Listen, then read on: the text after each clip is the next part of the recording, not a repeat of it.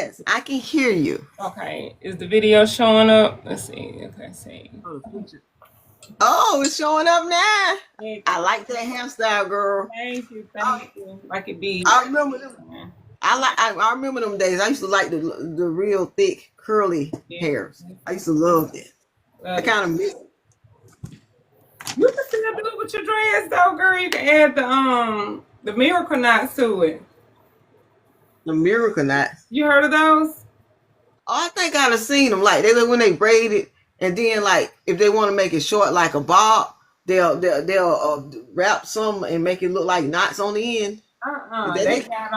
They got like crochet hair that has like a string in between it, and you could just crochet it in your dreads, and it's a reusable crochet hair. It's human hair, and it'll give you that curly look too, like a goddess braid. Oh, okay. Nice. That ain't for me. I much rather, I wore styles similar to that and everything. I'm just liking the lock journey. Yeah, it's simpler. Yeah, it's simpler. Very more convenient. I can understand. I can braid it up. That's like 2 hairstyles in one. You wear the braids for about a month, and then you take it down. Yep, and then take it down, and it be curly. Yep. Simple. You're right. See, I love just simple. My look up from time to time, so. Me too. I used to be just like that, but I try to switch my looks up with this. But nah, I'm good. I'm good the way I am. I can feel it. So, you call yourself the real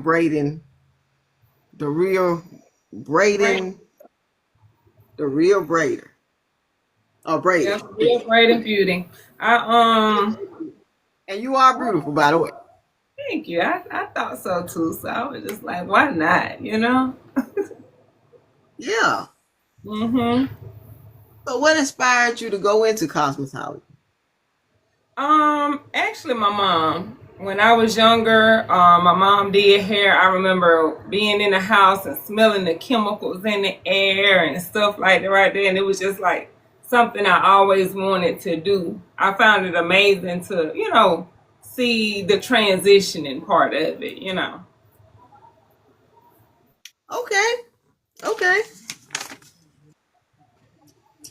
Okay, I hear you. So when did you realize this could be a career? I've always wanted it to be my career, but probably about in 2016, I was working for a call center, and the call center decided that they was going to pick their business up and take it overseas. And at that moment, it was kind of like a culture shock because I like familiarity. So I like to, once I get into the swing of things, that's kind of like where I stay, something I stick with. So it kind of was a culture shock for me because I had been on the job at that point for about 6 years. So once they moved everything over to, I think it was Nicaragua, however you say it. Once they moved everything over, then I was kind of like forced to look for a job. And as you know, being that I'm from a small town, it's not really a lot of jobs. I didn't want to work in no fast food restaurant because I felt like you have to do so much work for the amount of money that they were providing to you. I wasn't with it. I had did it before. And I kind of didn't want to work in no plant job either, wearing big boots and I just kind of didn't work in no plant. I didn't feel like that was a fit for me. So it forced me to kind of get back into the swing of doing hair permanent or full time. And to be honest with you, after about 2 months of me doing it consistently, after a while, I had my clientele built up to whereas I no longer even needed to look for a job, and it was still paying all my bills and things of that nature and keeping up with my lifestyle. So I was like, this could be something I could really, make a permanent situation out of. And shoot, I've been doing it now without an extra job for about 7 to 8 years. So got my license and everything, and I was just like, yeah, let me do that, Let me make it real, make it permanent for me, Congratulations. Thank you, thank Congratulations. you, thank you, Congratulations on your cosmetology and your business too. thank you, Congratulations. thank you. Ain't nothing like being your own boss. I And know your it. And that's what really, really made me feel so secure into it because, being a single mother, our kids always get sick or have something going on at the most sorry. Especially it's the most inconvenient time, especially when you have a job. You can't just call in and say, hey, I ain't gonna be able to make it today because my baby's sick or whatever type of thing. Them jobs don't want to hear about it. You still got a job to do with them. But with me doing hair, it made it convenient where I could stick at home and do that for me and my children or whatever without having to report in to a boss and tell them that I won't gonna be able to make it or be scared that I'm gonna lose my job at the end of the day. exactly. You're your own boss. Mm-hmm. You can do what you want to do. You can move up How you wanna appointments, move? move them Mm-hmm. down, Yep. reschedule. You Yep. got nobody over your back looking at you trying Exactly. to tell you what to do. Exactly. Exactly. And being that I'm at home, I ain't have to reschedule. I could tell my baby go get in that bed, give him some medicine, watch him throughout the day. You know what I'm saying? I had that convenience to still make my money and go to work per se without having to put my child on the way to somebody else, or whatever type situation. So yeah, it. I mean, the benefit, it's a benefit all the way around. Yeah, it is. It is. They try to make it hard on us. I mean, on them. I mean, on Yeah, you. You yeah. like people who make their own business, have their own business and stuff. They do. They try to They make it do. hard on you. It's not easy. I tell anybody, you have to really and truly be dedicated. This is a 24-hour job. It's a 24-hour job. You can't slack off or whatever. It's just like going into somebody else's job because unfortunately, if you don't go into your job every day, your business fail because of it. You know what I'm saying? So you still got to do what you got to do. Exactly. Exactly. Mm. I don't blame you on that. Yes, Um, yes. did you always see yourself in beauty, or did life lead you there or here? Should I say? I'm gonna say both, okay? Because like I said, growing up, my mama did hair, but after my mom passed away, she passed away when I was 9, and that was a culture shock because I went from being a spoiled brat to not having the things that I may have needed or wanted at times.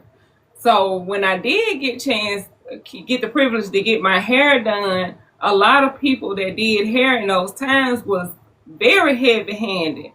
And I've had situations where I've had to take my braids down 3 or 4 days after I got them done because they was hurting so bad. I even had one situation where when I removed my braids, I had not only hair breakage, but I had scalp to come out with the follicle and everything. Yeah, girl, it.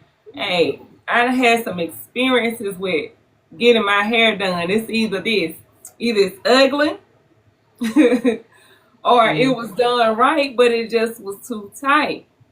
And so being stuck in a situation to where as what little money you do get to get your hair done, you can't keep it for long, you No. know, or you barely being able to get it done because you ain't got the money.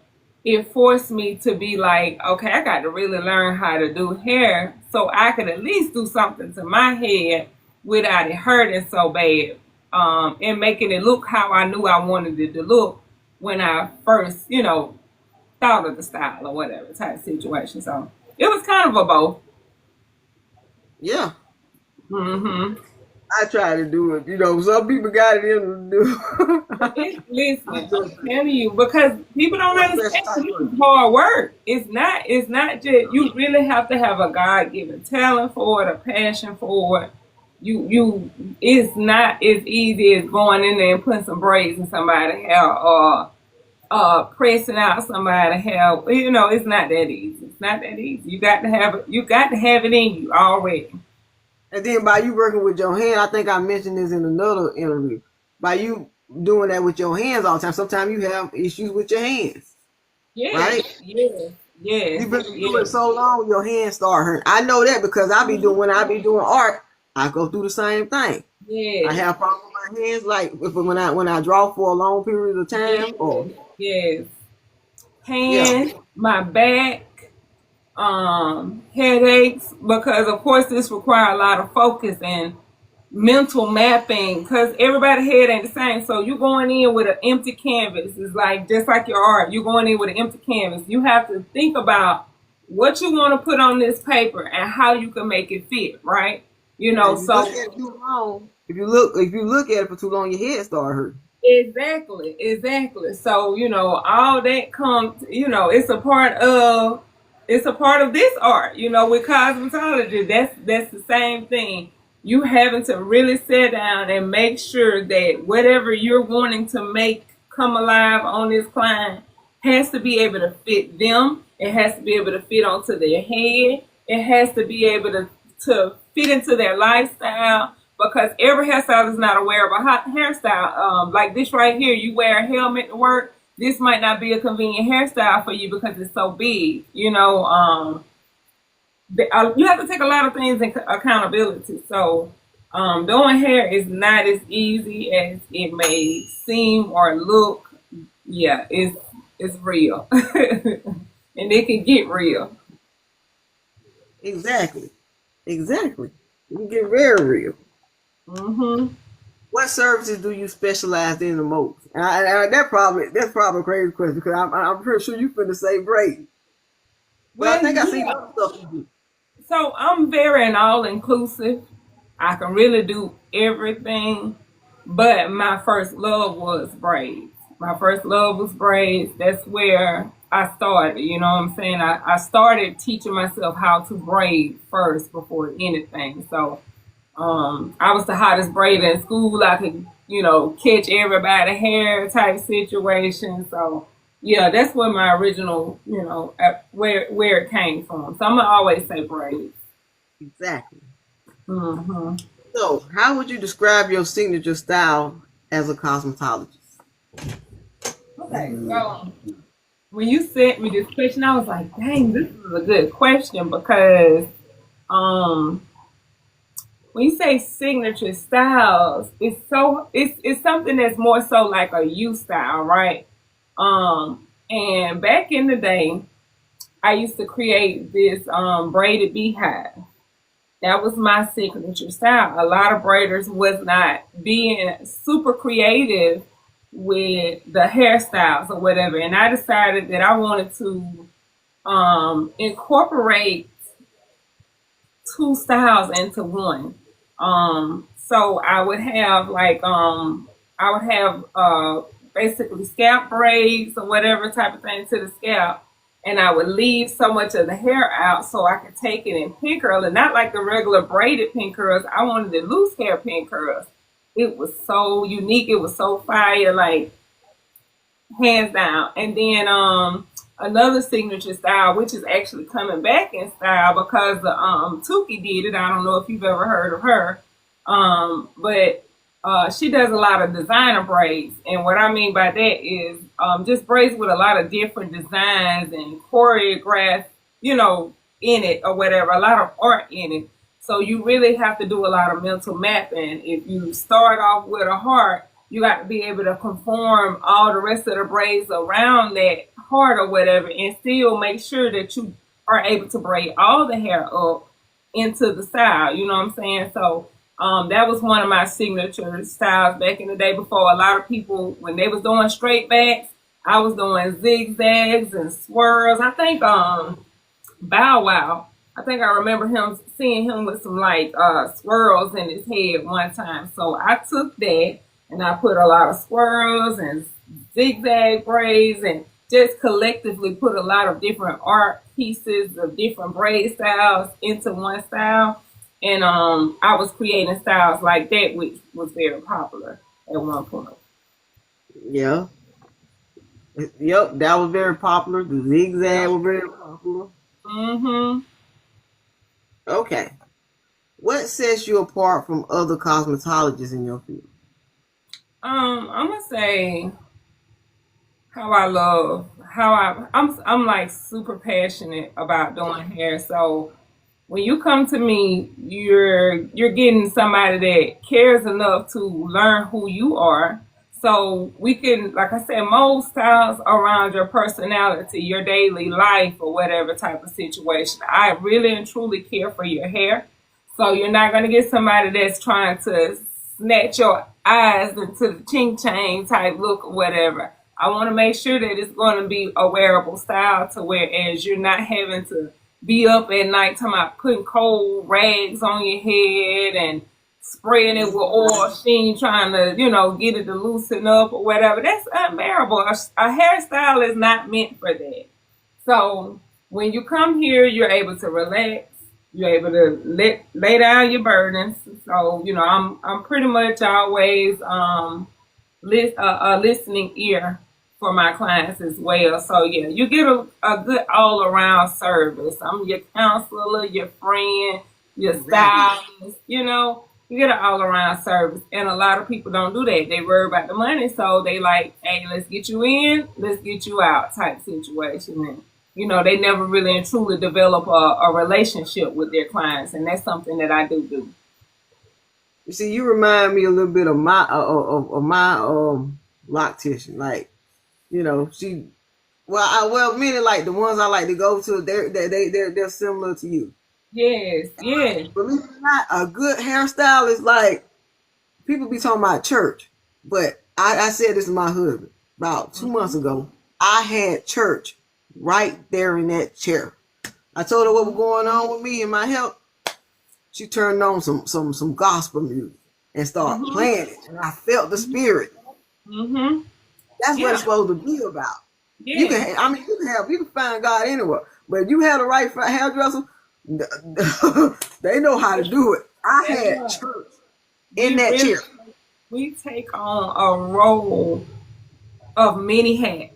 Okay, we wear many hats because when you sit in that chair, you don't know what people going through, and when they finally pour that out, we in here trying to think about this to try to figure out how we gonna handle this situation.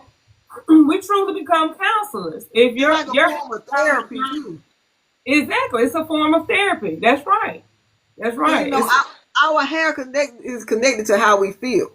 That's especially true. As black women. You know what I'm saying? I ain't trying to cancel out other races. I'm just talking about for what I feel. Like you gotta have the right hairstyle as well. You feeling bad, you can go over there and get your hair done, and then you feeling good. I love feeling good about my hair once I leave. That's another reason why I got into it, because your hair is connected to your self-esteem. And a lot of times when your hair is not the way you want it, it forms a cloud around you that's it's like a Debbie Downer. It's like, golly, like, everything else gives you anxiety and depression and this and that. Everything evolves around it. But when you get your hair done and you feeling yourself, you got the need to now go home and get dressed up. You want to go somewhere so you can be seen. It's stuff like that. I love that energy. I love to, like, art. Take something completely empty, dead, nobody see any beauty in it, and then you make it beautiful, and then it's just like, oh my God, where you think of that idea at? What it's art. It's art. Yeah, you can be a pad, but it's art within itself. Yes, it is. It is. So everybody don't have the talent. Everybody don't have it. Exactly. And some people have the talent and they just let it stay at, oh, I just do hair and I don't go get my license. Yeah. But it's definitely a very lucrative business. If you do hair, and you got to have a passion about it too, though. So I feel like people that just do hair type situation, maybe that's something that you need to just continue to do, is do hair. Because we want passionate people in this industry, because what happens is, because of the lack of passion, a lot of people don't want to come get their hair done no more. They'd rather do it at home by themselves, because it's like, why go spend my money and my hair not gonna be right, and you're not gonna take care of me the way you're gonna treat me like I'm just, anybody. No, nobody wants to feel that way. So, you just do hair, just do hair. Do your cousin's hair, your sister's hair, don't go off into the world because at this point you're making it bad for the rest of us. If you go out here and just do hair and it don't look good and it's too tight, you don't have that passion and that care behind it, you're not going to put the effort into it that we hairstylists put into it. You know what I'm saying? So it do make a difference. Yeah, but some of these people, like I have a relative who was good like that. She was so good, she could have went and got her cosmetologist license. She could have got, she could have got a cosmetologist. She would have had a business, everything. But she wasn't, even though she was that good, she didn't see it as just went into it like real. Yeah. Which makes sense. That's why I said, just stay in that lane because see, that's another thing. You'll start canceling appointments because you don't really want to do it, right? So you got that, and then that's when people be like, well, I don't want to get my hair done because you got to beg them and pay them, type situation. And so it carries a bad name, even though she might be awesome at it. I know a lot of I'm talking about bad to the bone hairstylists or whatever, but they don't really want to do it like that, and so their work may reflect that from time to time. You know what I'm saying? They want to get in and get out, or they don't want to get in it at all type situation. Yeah. Yeah. I get it. Oh, then sometimes they don't want to take out that time. Right. Yeah, because it takes so much. Man, you're going to be on your feet for 4 or 5 hours, and that's at the minimum. Yeah, that's at the minimum. If you're getting braids, if you're getting a shampoo, conditioner, if you're getting a relaxer, it's still 3 to 4 hours in that chair. You are standing up on your feet for that one client. That's just one client. You're standing up on your feet for that length of time in one area. So it's a lot, It's everybody ain't got that type of patience. It requires a lot of patience, Yeah, you're right. And some people got the talent but don't have the patience. Exactly. Yep. What's the most rewarding part of working with clients? Like I said, seeing them get up and feel better about themselves, knowing that they look better. Like I said, some of them come in, they have the weight of the world on their shoulders. So seeing that weight lift off their shoulder, they done said what they needed to say. We done talked about it. We done laughed and cried if necessary, and watched us a few movies or snacked, and you know what I'm saying. And they get up and they look better, they feel better, they go out in the world, they do better, and they text me, and someone be like, "Girl, thank you so much. My hair looks so good," and or "Thank you for the talk," or whatever. That right there is enough for me. That's my flowers. As long as I can get my flowers and seeing that these people appreciate me enough to come in and let me do it again. Let me do it again. And you know what I'm saying? I love it. I love it. So here's a real good question. What were some challenges you faced when you started out? No, wait a minute. Oh, I'm gonna ask you that. Then I'm gonna go back to ask you this question because I just skipped the question. Look like. Okay, that's fine. Challenges starting out. Consistency and time management and stuff of that nature, because like I said, and also I wasn't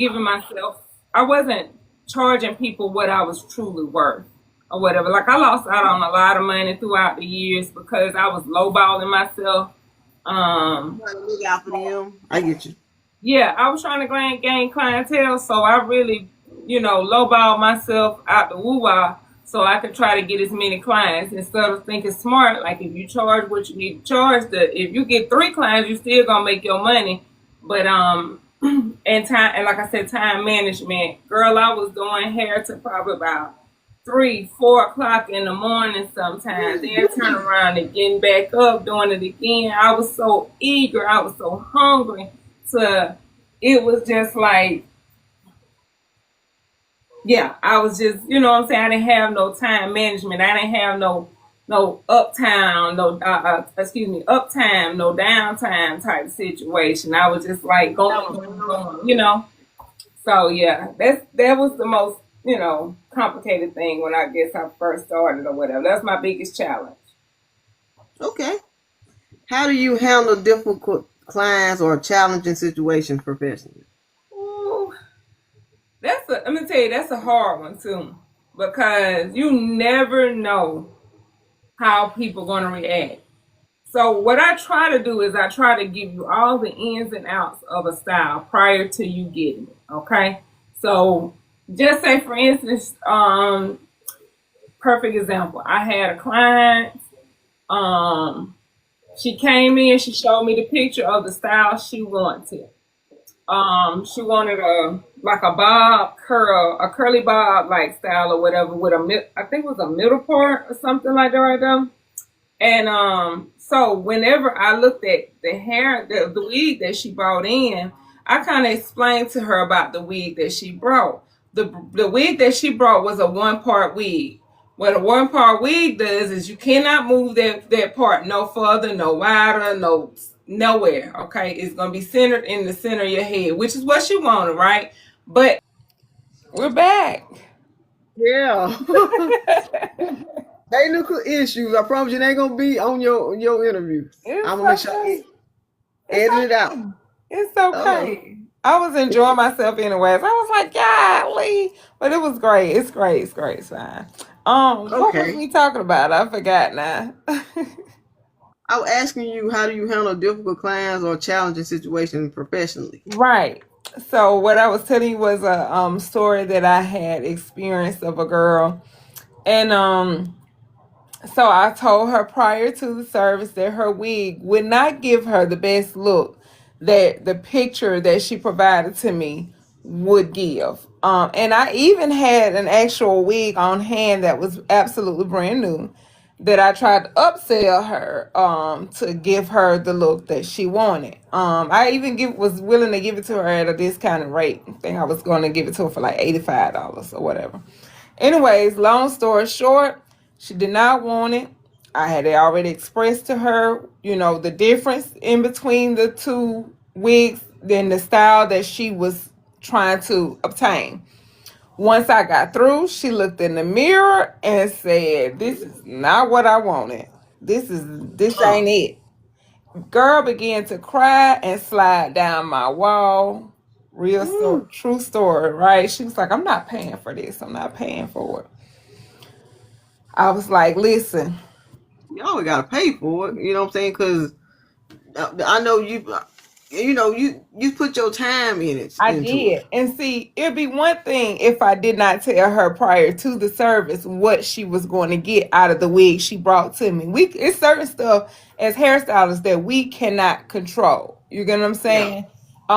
And I tried in the most professional way to explain to her what this wig was going to do, what I could control the wig to do, which was what it was meant to do. You can only part it in one section. It was going to give you very little room to make baby hairs, anything. It was not going to look natural.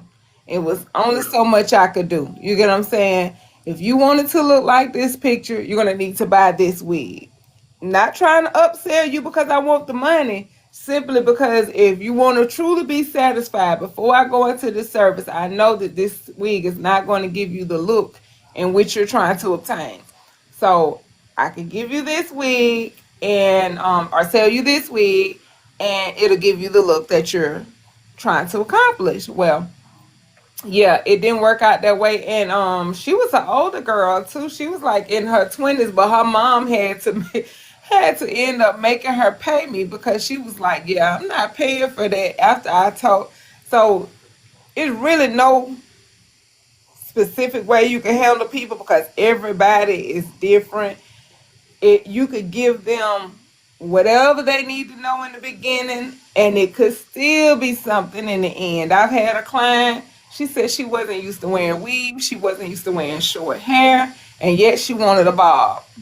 And I told her, I said, that if you're not used to wearing weave, maybe you want to wear the weave, but wear it at a length that you're used to wearing it so that you can be comfortable. She's like, no, I want that style. Want it.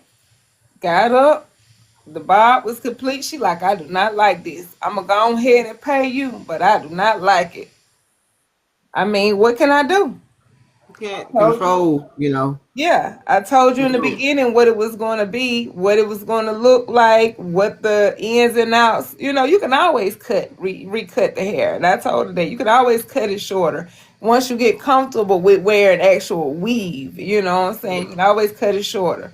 But at least for now, until you get comfortable wearing a weave, just keep it long, type of situation. That way, at least you will have the opportunity to be able to be like, okay, I like the weave or I don't like the weave. But to do two drastic changes in one style kind of be a little overwhelming for some clients or whatever. And I be trying to tell them, but at the end of the day, people gonna be who they are. You gotta let them be who they are, and just as much as you possibly can without fighting them and beating them up. Tell them to get your money type Yep. situation.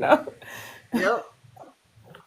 And at least you told her. Yeah, And I you, told him. yeah. And see, that I feel like that sets me. That's another reason that sets me apart because prior to going in, I give you all the ins and outs, whether it's gonna fit your face, the style that you're looking for, whether the hair color gonna fit your skin tone, whether the style is gonna be a feasible style for you to wear in your daily life. You ain't never did baby hairs before.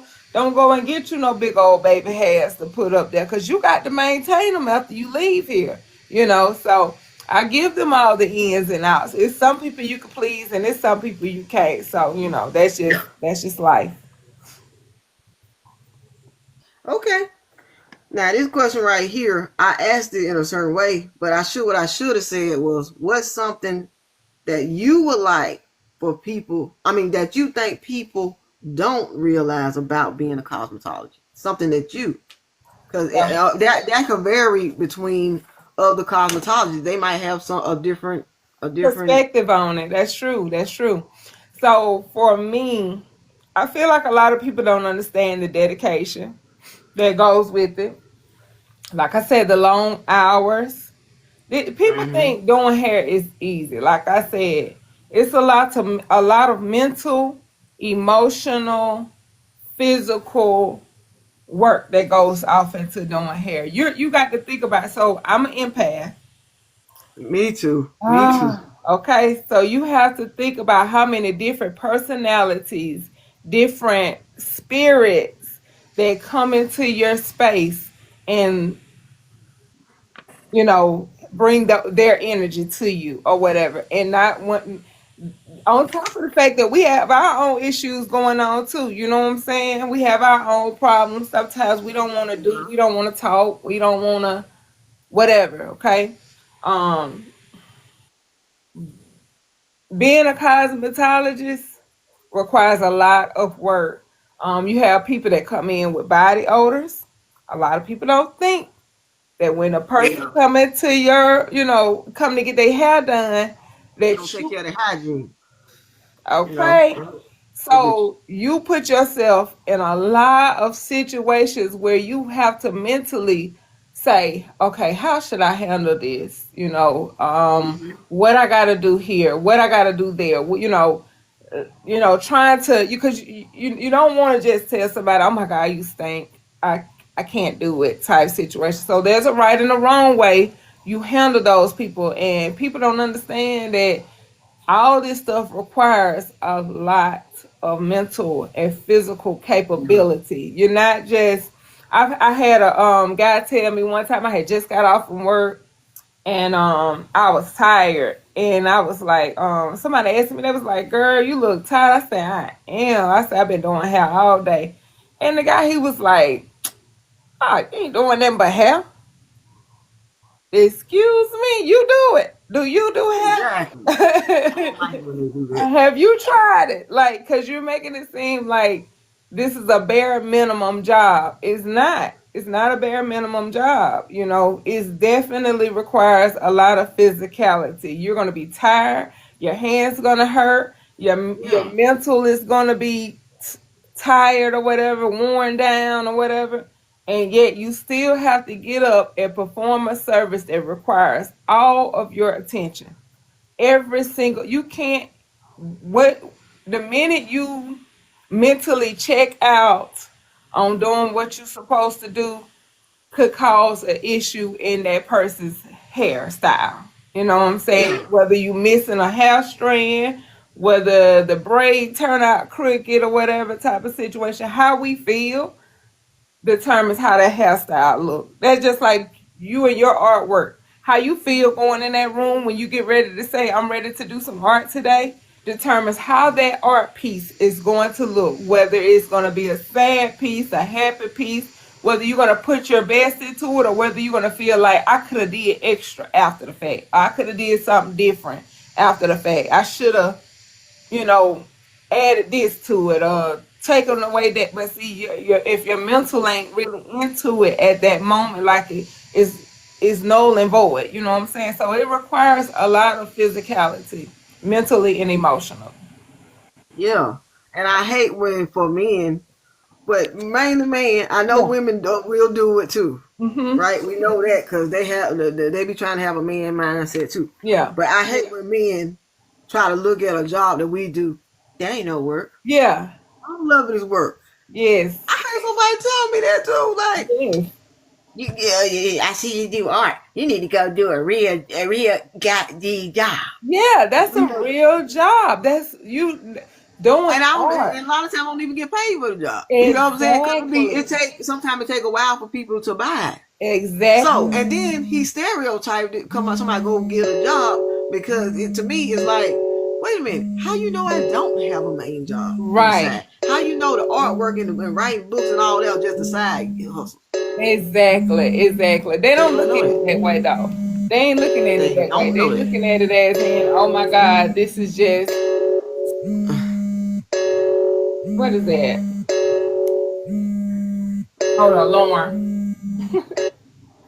They looking at it as in, oh, this that I'm not digging holes in somebody's yard or On my phone.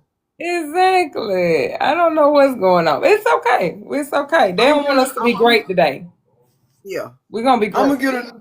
I'm gonna try myself first. I'm gonna get a new phone eventually. I've been Yeah. had this phone for 2 years. Oh, it's okay. And it's the crazy part is, especially iPhones, they only last. We spend all that money on them and stuff like that, but they only last so long anyway. So, But mine not an iPhone though. I'm Android. oh really? Okay, okay. Normally the Androids outlast the iPhones though. So I'm Yeah. surprised. You normally get about 4 5 years out of them Androids now. You used to could get that out the iPhone. Cause one time I had an iPhone for like 5 or 7 years, Girl, and now it no more they want you to keep on upgrading into a new phone. So after that's about what 2 years, I did. it start acting funny, It start like, especially like with internet or service and stuff like that right there. Another thing that I found too was like if you got a lot of if you don't have a lot of storage left on your phone, that'll start it to acting funny too. Yeah, and I yeah, you're right. So So it would be just smart to get another phone and just do all my interviews and all that on that phone yeah, when I'm possibly. not using my camcorder and just use this Mhm. for personal stuff. Yep, yep. Because the more storage we use on that phone, the worse it performs per se. Hmm. Yeah, and that could be what it is. So as soon as possible, I'm gonna say I'm gonna get the phone. Yep. Let me go ahead and start asking you questions. Okay, you know where we left off at? I think we were just talking about let's see, we went past that. What's something people don't realize about Yep. okay being a cosmetologist? Yep. Okay, you already answered that. Yep, I answered it. Okay. Has social media helped or challenged your cosmetology business? So I'm gonna say both. There was a time where social media really helped my platform, because it did give me an opportunity to reach more people, different cities and stuff in the surrounding areas. But now, as of recently, it's not been so much of a friend to me because I'm not consistent with video and everything. Like, the young people, they video TikTok every single thing, every single day. Yeah, I'm and we not don't on. do that all the time. I'm not. That's not my thing. I could be in a did somebody hair, girl, and even forget to take a picture. Like, that's just not even me to be like, every time, let me take this picture, let me get a video too, and let me. So, a lot of people now, they gravitate towards that type of energy. If you're really big on social media, if you're getting a lot of likes, if you're, you know, and they tend to, the people nowadays, they tend to go to the people that get the most likes, and it's having the bigger platform on Yeah. social media. So it's kind of like, it's a downside. I mean, yeah, they're able to reach out to you, but at the end of the day, it's not the same. It's a competition 24/7 to try to get yourself out there and promote it like the young ones do. The young ones, they got it. They got it right now. They got it. Yeah. Yeah. And just like me, I have a hard time with this show, Love, Art, and Writing, because most of the time the people I reach out to leave me on red because I have a lower following, and I think Exactly. sometimes people will go by that, and They do. You don't have they'll enough for answer. yeah. And people it's like everybody want to be famous or be in the presence of somebody famous. And if you're not of that level, then it's kind of like, or if you ain't headed to that level, it's kind of like, you must not do good work. You must not be good at what you do. But that doesn't mean anything. But unfortunately, that's the mindset our people have. Folks make it like that. Yeah. And then some older people are following into that too. Yeah. It's a few that are following to the path or whatever. Because of course, if such and such hot right now, and they the one doing everybody hair or whatever type of thing, they want to be seen too to say that they go to such and such. So they gonna follow the bandwagon. That's just how social media has affected us. It's not necessarily, like I said, in a good way. So Yeah, you're right. Mhm. How do you avoid burnout in such a hands-on industry? So that was a good question too, because unfortunately there is no avoidance of it. You're gonna get it. If you got the clientele and you want the clientele, right? So if you got the clientele, you want the clientele, you're gonna continuously push yourself to be able to get more clients in to set, especially like I said, the way the society is built up, people don't really stick with, back in the day, people stuck with one person to do their hair, and that's who they always go to or whatever. They know their hair going to be done right. They know their hair not going to be taken out. Nowadays, people go with the next best thing. They always They go where the next wave is. They go where the group goes. Exactly. So because they hop around or whatever type of thing, it leads me to say, well, if they call, I better go and get it then. You know what I'm saying? Because next week they might be on to the next person or whatever type of situation. So it's almost like you can't avoid it, especially if you want a business. Like I said, this is your business. So to turn down clients mean to turn down your money. And with that being said, because it's so easy for them to move on, it's just like relationships nowadays.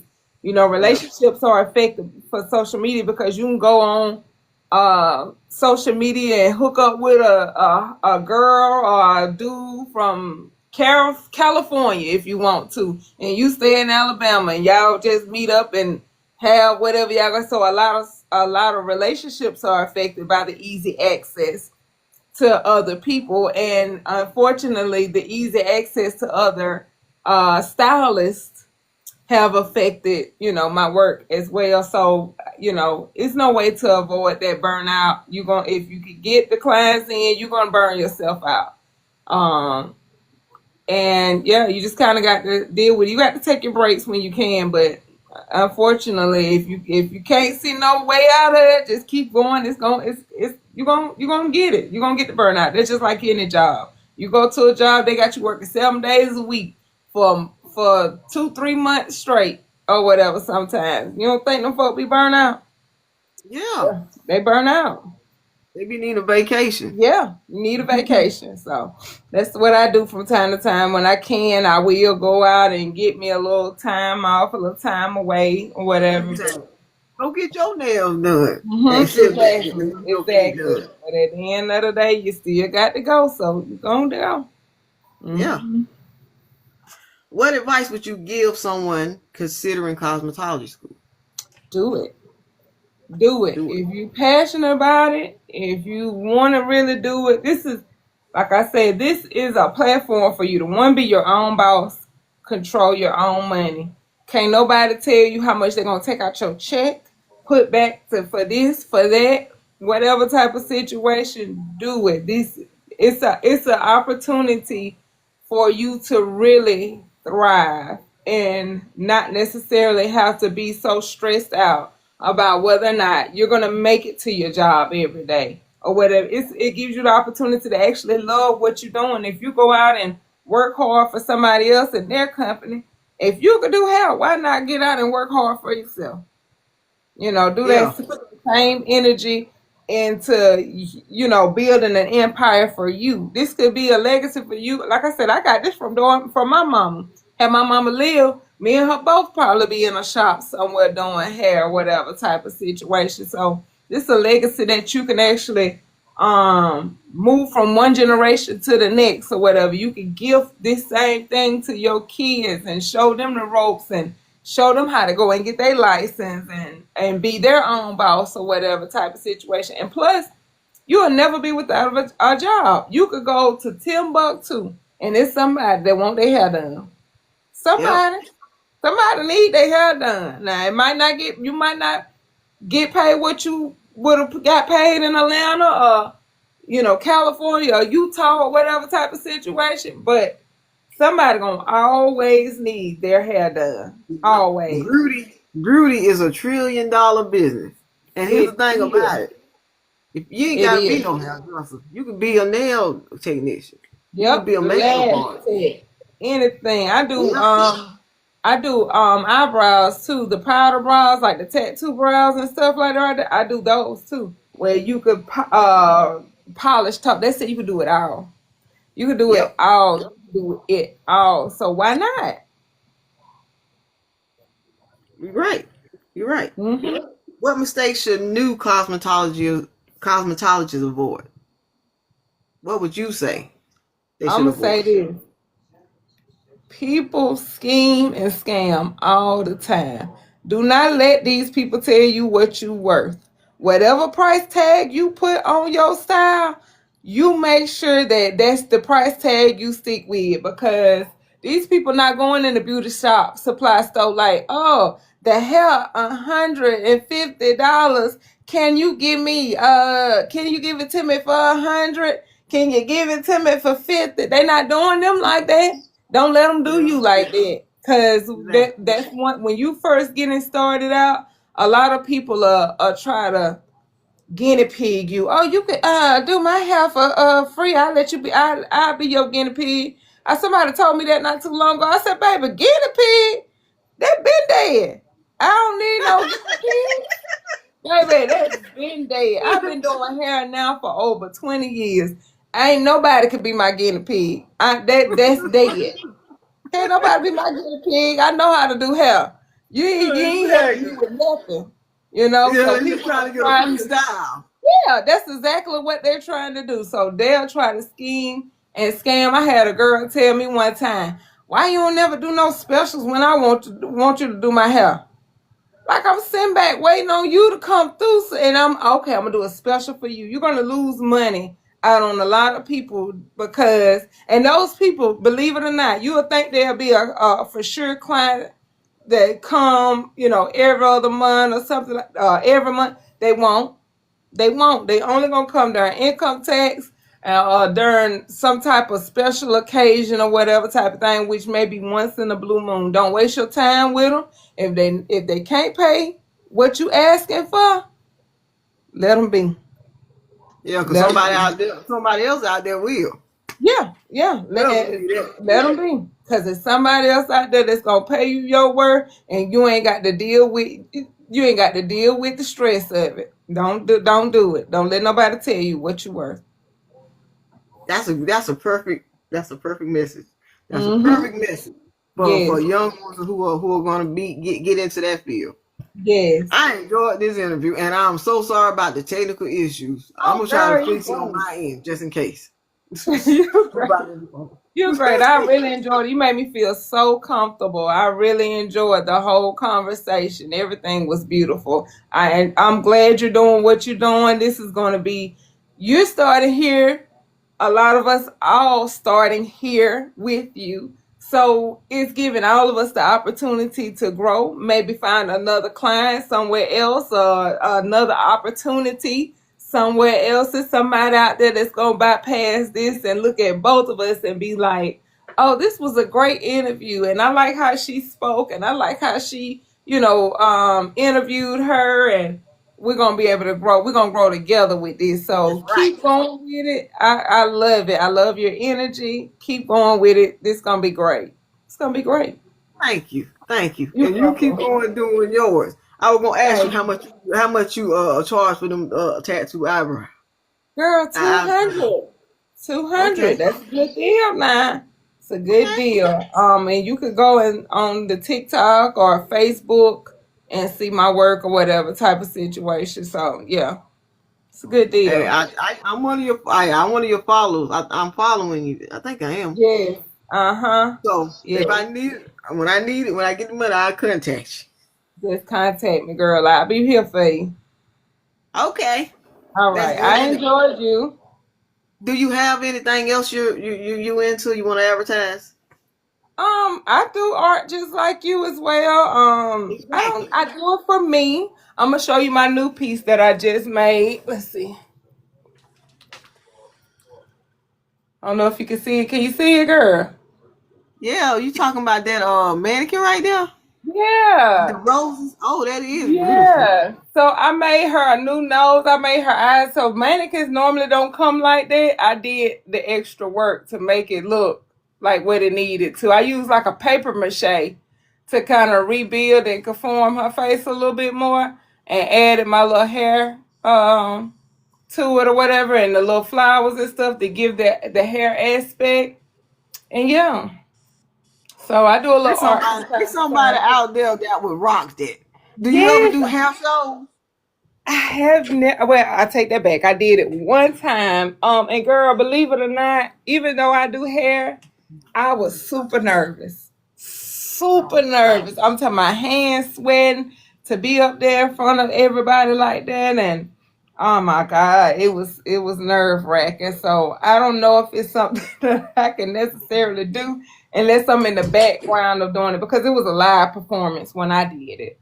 I had to Oh, yeah, I had to do a back when you remember the Bird Box movie came out. mm-mm. I Let me see, probably that was I probably don't about know. in 2020 or 2021 they had the Bird Box movie come out. So they did a challenge at the hair show in Atlanta called the Bird Box Challenge. We had to be blindfolded and braid hair all at the same time. Yeah, that's good. Yeah, it was good. I enjoyed it. But it was like, even though I could braid hair in my sleep, girl, because I was on the stage in front of everybody, it's just like I was so scared, so nervous. But yeah, You know what I've been thinking about, man? I think we all need to maybe put money together and come up with a big art show. Hair I is a say part that of art. all the time. I say that all the Thinking time. is It's a part really of art. don't. We don't need a whole lot of money, man. It's kids out here that want to do other stuff, to play football, basketball, and that mess there. It's some talented children out here. We could just set up an art set. We could just get a builder. Even that. Where you from? I'm sorry. Where you stay at? I stay in Monroe County. Okay, bam. I stay in Evergreen. I remember you. I remember seeing you in Evergreen. You know what I'm saying? Okay. Okay. So do you know where the we call it Po Man's Alley? Let me see, the where the depot and stuff at, the alley right there in front of the depot. We could go out there and have them children, have people submit their art and have just art come through, you know what I'm saying? So people could see it. I said one day I wanted to do a talent show where you could do whatever, whatever type of art or artistry that you do or whatever, you could do that. And especially if you're a painter or whatever, give these people the opportunity to bid on these children art so that they can see that this is, even if it's $5 or $10, just see that this could take them somewhere, that is somebody out there that appreciates this type of stuff. We have too many talented people in our surrounding areas, too many. And if we could come together, that'd be the thing, the jealousy, the I could do better than you, or whatever. And so it prevents us from truly coming together. But if we come together, we could get people all over the world to be like, Evergreen is having a talent show again this year for the whatever time, and they said they have really nice art pieces there. We've seen some of their work. Whoop the woo, or Monroeville having a talent show. We do need to bring these cities together because it's a little guy over there in high school in Monroeville. I seen some of his work. I think they got it in the library up there or whatever. It's a black. Check that out. Yes, it's a black guy. I follow him, I want to say on TikTok. Oh, what good work. Good work. Beautiful. You're gonna have to send me some information by him. I'm gonna have to find him because I don't know his name by heart. So I'm gonna have to find him. Or what beautiful art. I messed around and ran across it, and they were saying that they had put some, I want to say in the Monroeville Library over there, or some I think it's in the library over there. Good work. Very talented.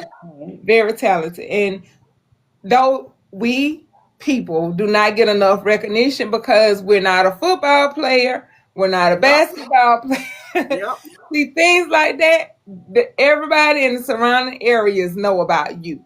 When you there. Oh, he a good basketball player. She a good basketball. They know that name holds stuff. But we have more talent than just football. Yeah. And everybody ain't made to play football and basketball and all that.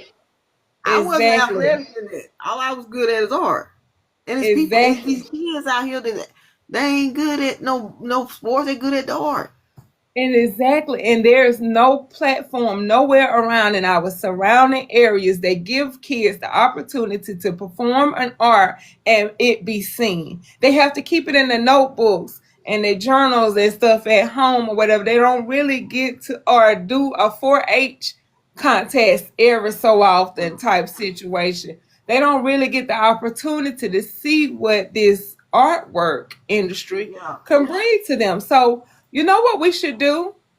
If we could get like a business plan going to where we could type something up and submit it to the schools to request like people to do art or whatever, and contact us with some of their work, and then maybe we can like I said, find a building that'll do us pro bono because we just get started out, and this will be like this will be us on a give back or nonprofit type of situation, technically.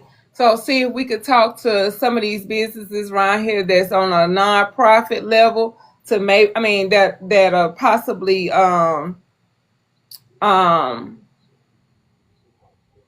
possibly give us help us with some funding, maybe for a building or something of that nature, or whatever type of thing, so we could have a specific date to have these children be able to showcase their art in the surrounding areas at one central location.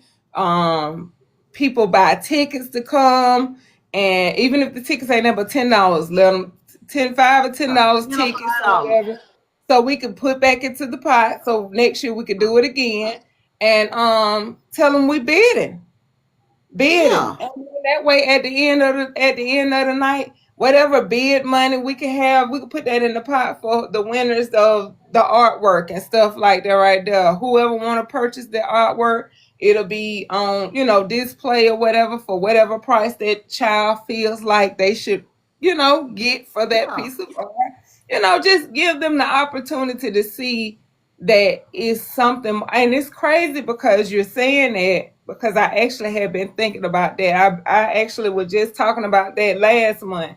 I said it's so much talent. I've been looking at your work, and your work is very eclectic, and it's an eclectic piece, and you know how to really type abstract. You really know how to do a lot of abstract work. So your mind works really different from what my mind works. I like to see something, or I have to have some type of inspo to pull from in order to do my art or whatever. But just seeing it, it's just two of us now, and we have such different aspects on what art is to us, and then to see what another person may look at as being art, or you know what I'm saying, that's dope. That's dope. Yeah. We don't have any type of talent shows to say, oh, if a person could sing this and then the third, but this would be a good opportunity to have somebody come in and sing while we doing, even down to like we have a lot of band people have live band music while the art show is going on or whatever. Have it, real nice, to whereas it's something that people would want to come back to or whatever and experience, Yeah. So I think it'll be awesome. I went to the art show for the first time last year. My first time ever going to How was it? art exhibit. It was beautiful. I got it. I got it. Record. I mean, it's on my YouTube channel. Love Art and Writing. Okay. Yeah. I had a book signing. Then the next day I had I went to the art show, and I mean, it's an art exhibit, and it was so beautiful. And everybody there, it was in Mobile. Everybody there was working together. You had the people with the music, you had the band, you had people selling their stuff on display. And I'm like, why can't these small towns do that? Why are they so 19 right 1910 out of here? Yeah. And the crazy part is we had more back then than we have now. You had more corroboration with others and things of that nature than you do now. It's crazy because, and especially us, for some reason we can't get it together, and we need to. You know what I'm saying? We need to. Our kids depend on us, and so if it starts with us, that'll be awesome. If we could get a couple of singers, get a couple of people that know how to play instruments or whatever type of thing, have like brief little intermissions, have some, and this is a thing that will be pro bono for everybody, right? Because at the end of the day, we not paying you, but what you can do is promote yourself. You're promoting yourself. So if you got a person that caters and they want to, showcase some of their, light hors d'oeuvres, you ain't got to bring a lot or whatever type of thing. You showcase that you do mixed drinks or something like that right there. Have a little bar set up in there where people could really just dress up. You talking about a bar with alcohol, or you just talking about a little regular bar? Cause they ain't gonna go for that. Yeah, a little bar, a little regular bar where you can do like little mixed cocktails without it necessarily being alcoholic, type situation. So just give it everybody the opportunity to showcase, but unfortunately people are so bothered with the money and what I'm gonna get out of it, and it's discouraging. But just like this right here, neither one of us is getting paid for this situation, but it does bring enlightenment to what we do. You know what I'm saying? So what's better than the word of mouth? Exactly. That's always been the best promotion, the best marketing tool since mankind.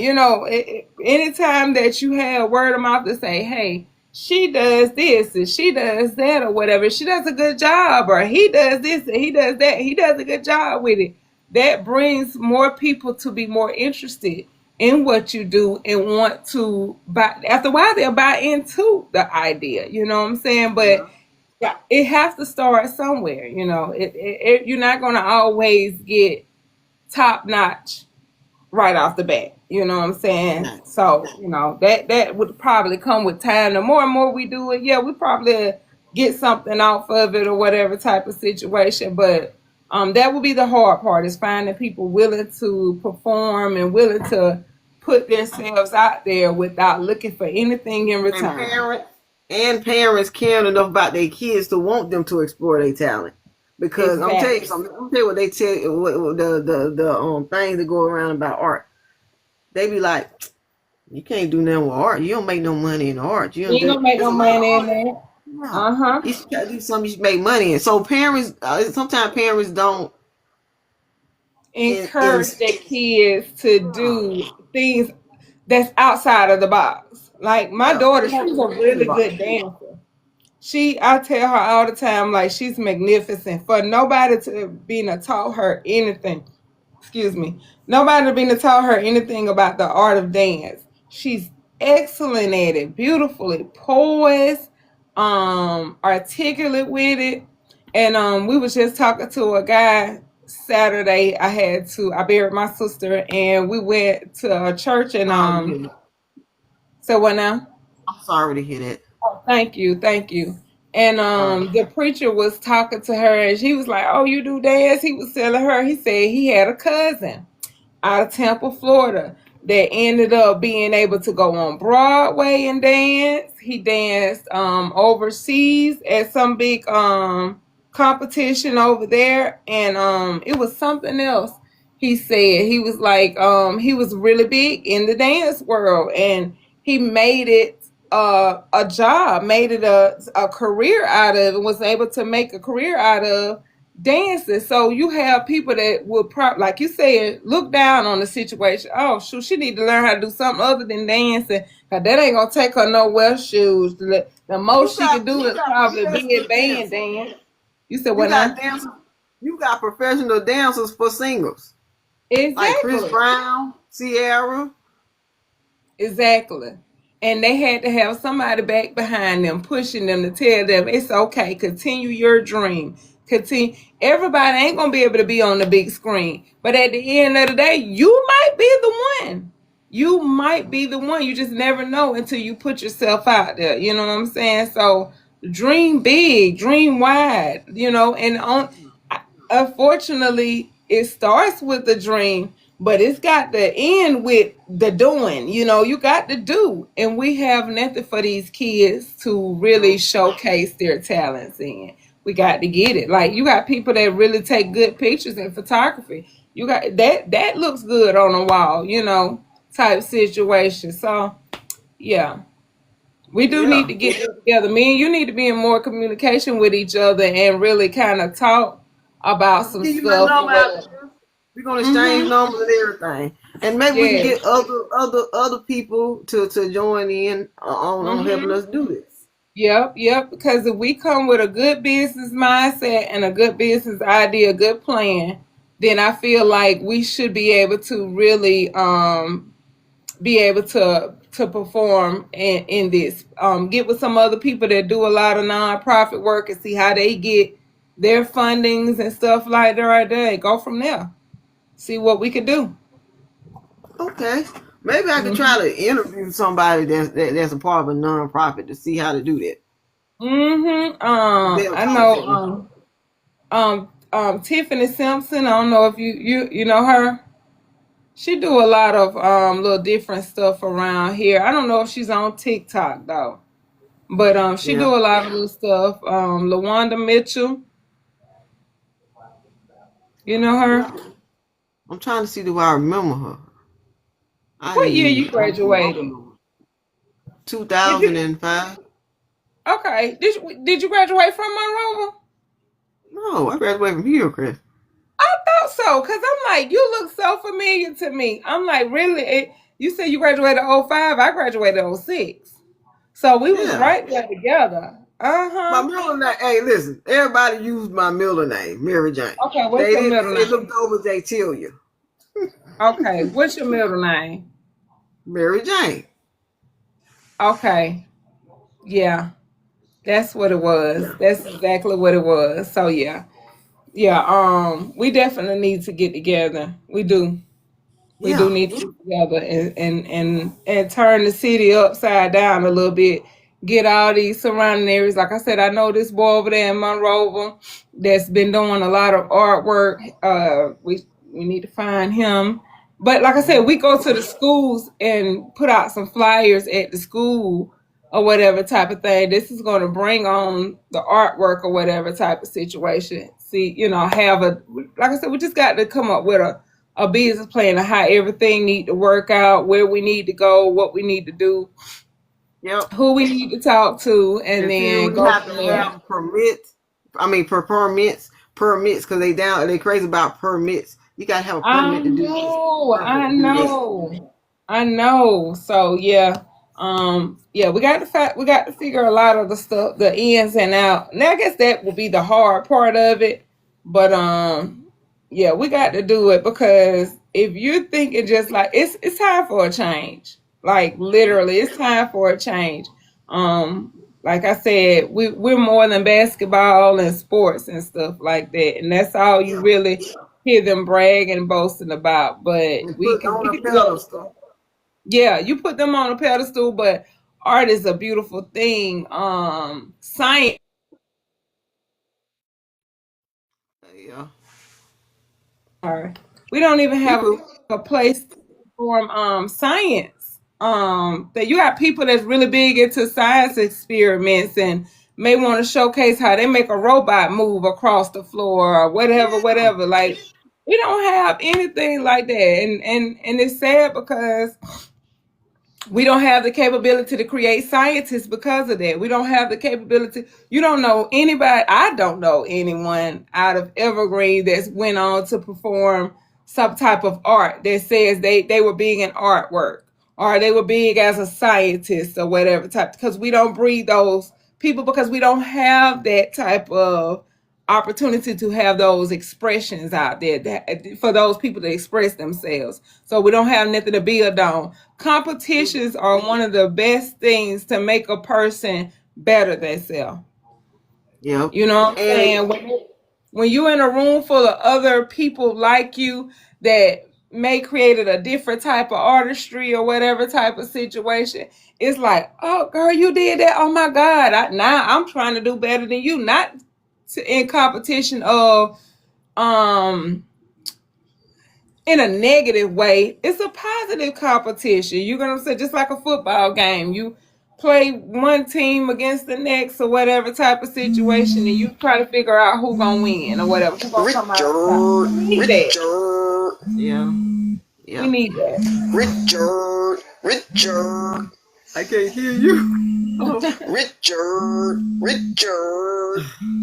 Hey, he's this. Richard. Give me okay. Can you hear me now? I can. My phone was ringing and it wasn't showing up for me to ignore it. Oh wow. Okay, got you. But yeah. And I'm gonna say a little bit, and I'm gonna get off. Okay. Another thing, okay. I was stumbling blocks. Some of them gonna be the parents, and then some of them gonna be the older people who are over these towns who don't want change, don't want nothing new to happen. They wanted to keep it the same. You're absolutely right. You're absolutely right. But at the end of the day, we got to force it somewhere because at this point, it's inevitable to have change, but it's also what we're experiencing at a being stagnant is that we have nothing to build from. We have our children have go through anxiety and they go through depression because they don't have these outlets to express their feelings unless they get on a football field and tackle. And like you said before, everybody ain't meant for that. That's not something that everybody want to do. Some people want to get their get their feelings out through poetry, through and I do this Yeah, too sometimes, through poetry, through short stories, through painting, through dance, through other forms of artistry that does not require physicality. in the aspect of football and basketball and all that kind of stuff. So we I got wish you could have had longer. I wish you could have had longer. I would ask you to tell us one of your beautiful poems, but I leave it Aw. for another time. Okay, great, But great, one day great. I Yeah, can record you doing one of your poems. Cause okay, okay. I definitely will. yeah, we need to have poets there too. Poets there Yes, speaking poetry. yes, Yep. yes. Those things are necessary. It's healing. It's spiritual. It's love. When you have people that love what they do in a room together Comedians. and have true expressions and feelings outside of anger and aggression, because we know for different sports you have to have an anger or an aggression or stuff like that right there. But to put us all in a room where there's love and energy and true expression and art or whatever, it would be amazing. I'm sure it'll probably change lives. It could change lives. Yeah, it Mm-hmm. can. Art Yep, is it could change beautiful lives. It and is. it It is. inspires and it heals too. In some It cases, it heals heals. and it leaves everybody open to whatever interpretation that they want to make out of it. You know what I'm saying? So that right there alone gives a lot of people the opportunity to mentally break away from their box or whatever, be able to think outside the box. Oh, you looking at it as my son told me my piece on the wall looked like Chinese. I look at it as almost African art, but that's just two different perspectives of the idea, but it still gives a good conversation piece, right? It allows people to come together, talk about it, and tell what they feel about it and express their thoughts on it and even merge the two possibly or, go from there, whatever type of situation. So, you know, Yep. I enjoyed this conversation. I And know, I know. we're gonna get each other number. We're gonna do that. We're gonna find some more Okay, people that think like us. Cause we can't do it alone, right? We need a team. that's right. We need a Yeah. team. We need a Yep. team. All We this got to build together. our team. That's right. We're Yep. gonna do that. We're gonna do it. I'm down. I'm down. All I right. might. I'm probably gonna start another live because I got something else I want to get into. But I might now. I might do it tomorrow. Okay. Well, if I see you on live, I'm gonna jump in. I'm gonna see what you're talking about. Okay. All All right. right. I enjoyed You have this, a and I good one. enjoyed y'all. I did too. I enjoyed you as well. You have a good day. Okay. You too. All right. All right.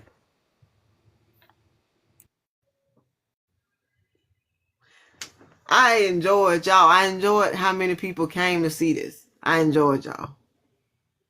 I would speak about what something else that I wanted to get into, but this live is TikTok messing up. I don't know if it's TikTok. Well, I don't want to be in the middle of telling about my something I want to get into and it goes out. So I might just make a video and just post it or something. Yeah, but it's another plan. I had a revelation from God, from Jesus. I had a revelation from Jesus.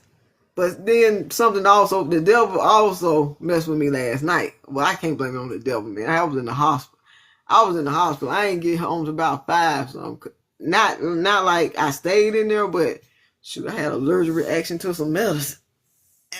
Yeah, Lord, and it was one of those allergic reactions that I thought I was about to die, right? But anyway, I just gotta be more careful. Some medicines I'm allergic to, and you gotta do research on these medicines because if you don't, something it could have a catastrophic. It's something catastrophic to happen. Now I didn't die, but I don't want to ever experience that again. That's why I be cautious about taking medicines, because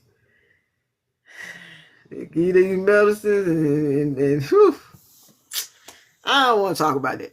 What I want to talk about is the good thing that happened yesterday morning. That gave me the revelation from God. It was revelation from Jesus to do this. I might talk about it now. I might wait to talk about it. But I'm gonna go ahead and get off for TikTok. Start messing up. It might not even be TikTok. It might be my phone. It might be the internet. But let me get on here and get off. I'll talk to you later. I might start another live to talk about it. But okay. Y'all have a nice night. Nice night. What I'm talking about. Nice day. All right.